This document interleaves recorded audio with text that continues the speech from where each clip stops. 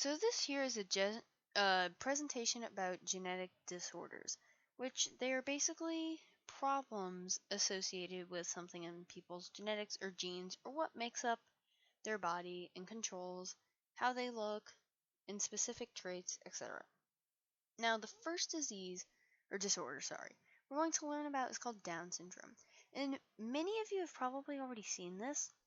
It is a disorder where in the 21st chromosome, there is an extra chromosome, meaning there are 3 instead of 2. This creates difference in intellectual abilities and physical appearance. This is very common. There is no cure, but there are ways to manage it. Now, this here is a very, very, very tragic one called HGPS, which stands for Hutchinson-Gilford progeria syndrome, and it affects 1 out of every 4 to 8 million newborns. It is extremely rapid aging, meaning children at very young ages develop all of these issues like heart disease, stroke, hip dislocation, aged skin, loss of body fat, hair growth, and just overall body failure at a very young age. It's like having grandparents at age 8 that are very old. The average lifespan for them can range anywhere from 8 years old to 21. And unluckily for them, there is no cure because it is caused by a spontaneous, which means just like totally random, out of the blue, unexpected genetic mutation. Now, this here is called Turner syndrome. It is when in a female they have 2 X's, but part of those chromosomes are missing and messed up. It is diagnosed by a blood test, but it can be recognized by certain symptoms such as a webbed neck, just very different looking neck, just messed up arms, a lower hairline, and they're more likely to have heart and kidney problems. There is no 100% cure, but it can be treated with growth hormones.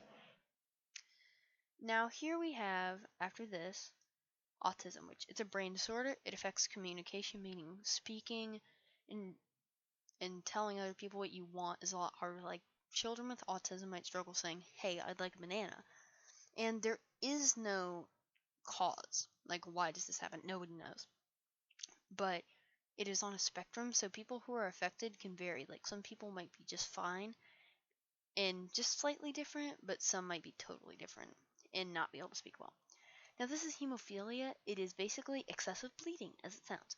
So if people with hemophilia get a cut, their blood doesn't clot or, clog up.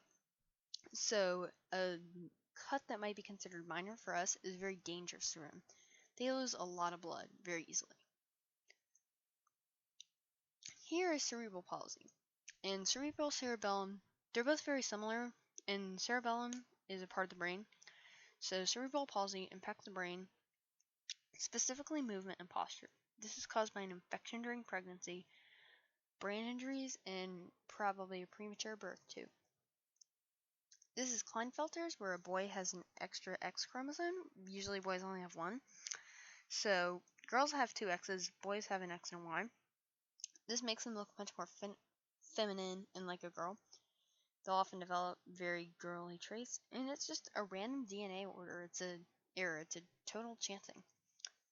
This is a cleft palate here, and it's an opening. Like there, it's kind of a gap, and it can be very small, like in that picture, or very large.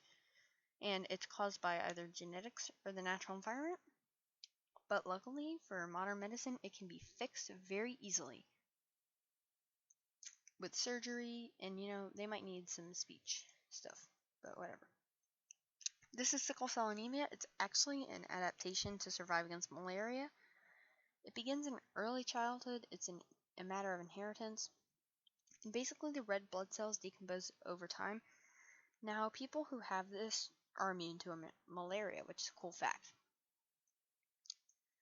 This is spina bifida. It is basically this little tube kind of thing that sticks off near the spine, and it leads to bladder issues, depression, mood swings, and all of these other issues, and this can be removed or closed up. Heart defects, structural problems in the heart that can lead to heart murmurs, blueness, difficulty exercising, and children who have this, they just struggle a lot more in exercise. Now that's all for this presentation. I would like to thank you for watching and hope you enjoyed.